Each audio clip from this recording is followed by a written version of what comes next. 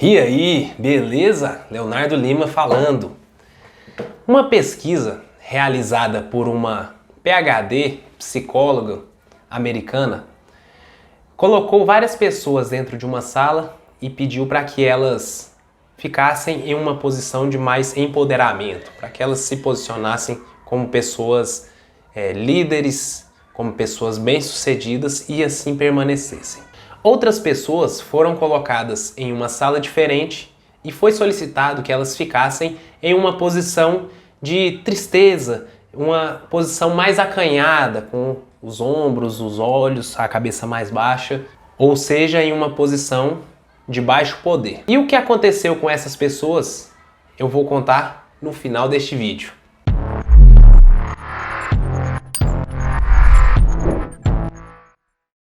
Hoje nós vamos falar a respeito das 3 linguagens que fazem de você quem você é. Que linguagens são essas? Vamos lá. A primeira linguagem é a corporal. Você sabia que apenas 10% do que você comunica está relacionado às palavras que você fala? Muito mais que isso é comunicado pelo tom da sua voz e pelos seus gestos corporais, como microexpressões faciais, os seus gestos corporais, a posição em que você está, ou se o seu tom de voz denota mais agilidade, pressa, raiva ou alguma coisa assim. A reflexão aqui é como você tem se comunicado no dia a dia. Qual é a mensagem que tem transmitido para as pessoas quando você fala e principalmente o que você transmite com o seu corpo para si. A história que eu contei no início do vídeo demonstra como posições e microexpressões podem afetar o seu próprio organismo. O que aconteceu naquela pesquisa foi que as pessoas tinham diferenças em seu aumento ou diminuição de certos hormônios, como o cortisol e a testosterona. A testosterona é um hormônio relacionado a maior assertividade nas suas atitudes, nas suas reações. Já o cortisol é um hormônio relacionado ao seu estresse.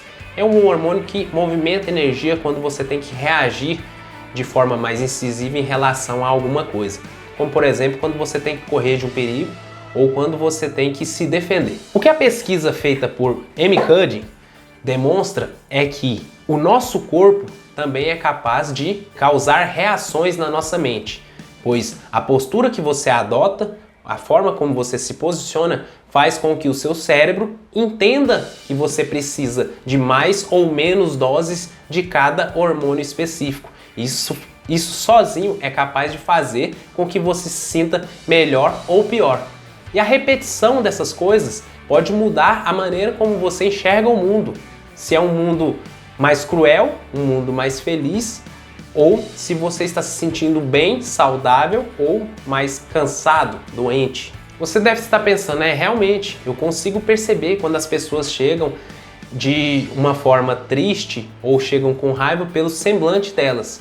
Mas talvez você não tenha percebido os efeitos que isso causa em você. Afinal de contas, aqui nós já podemos relacionar com uma outra forma de comunicação. É a comunicação de todo o ambiente, tudo que traz o mundo externo para você e a forma como você recebe isso. Se uma pessoa chega triste, como você reage? Perceba agora a segunda linguagem da qual nós vamos falar hoje. É a linguagem verbal. O que você tem afirmado para si mesmo? O que você afirma sobre as outras pessoas? Você profere críticas a si, fala, mesmo que por brincadeiras, de coisas ruins que acontecem? Brinca sempre com a desgraça e fala muito pouco a respeito de coisas boas? Pois isso pode fazer com que o seu subconsciente traga isso para a realidade.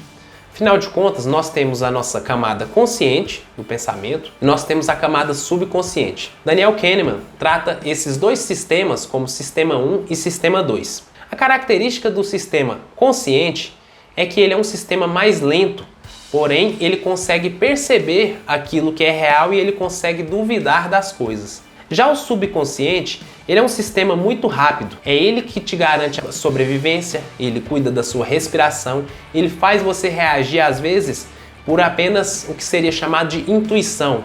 Mas acontece que ele reconhece os estímulos audiovisuais, qualquer sensação sua de maneira tão mais rápida do que o seu consciente, que às vezes você se assusta ou sai do lugar para se defender de uma maneira muito mais rápida do que o seu consciente consegue processar.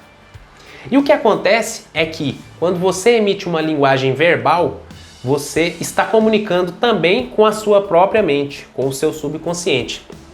Só que o seu subconsciente acredita em tudo o que ele recebe. E é o seu consciente que é capaz de dizer para ele o contrário ou não.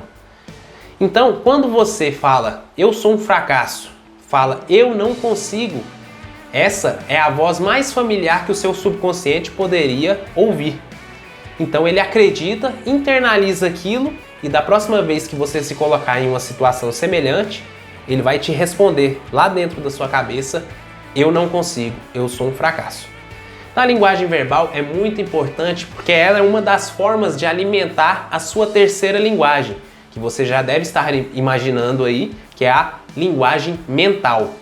Aquilo que você pensa sobre você não é apenas resultado de tudo que você conhece. É muito resultado também da sua linguagem corporal, da sua linguagem verbal e a forma como você processa as coisas na sua cabeça. O seu aprendizado influi muito nisso. As pessoas que estão ao seu redor, servindo de exemplo e de inspiração, também influencia. Mas hoje eu quero falar sobre o quanto você influencia nisso.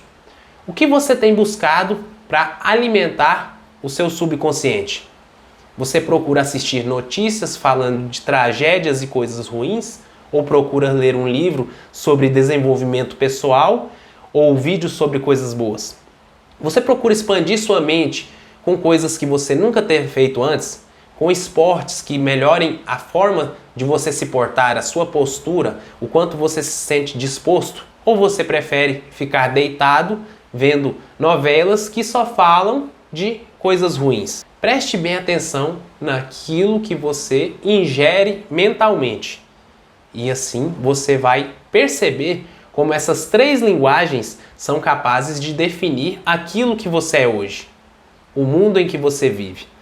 Até um tempo atrás, eu imaginava que o mundo em que nós vivíamos era essencialmente corrupto, que as pessoas eram trapaceiras.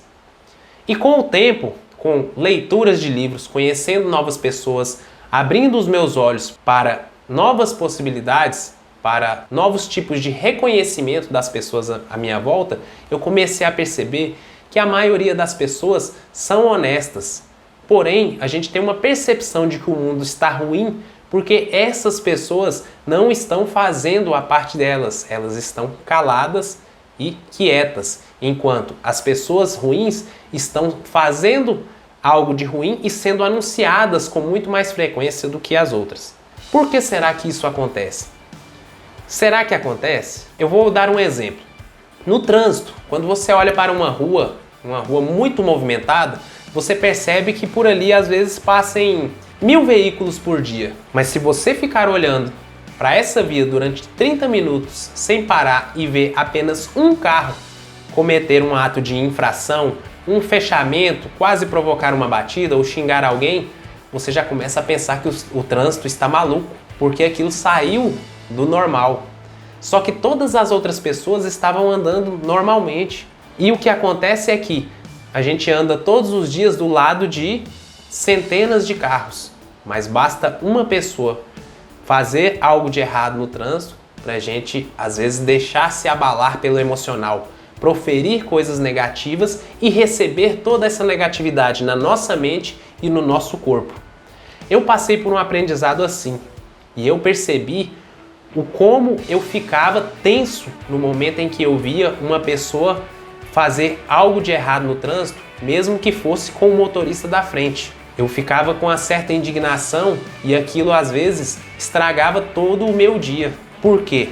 Quando a pessoa fazia algo assim, eu já falava para mim mesmo, não tem jeito, as pessoas parecem que não sabem dirigir, ou coisas piores. Então, eu gostaria que você refletisse e observasse como você se sente diante de situações que lhe deixam desapontado, ou raivoso, ou triste.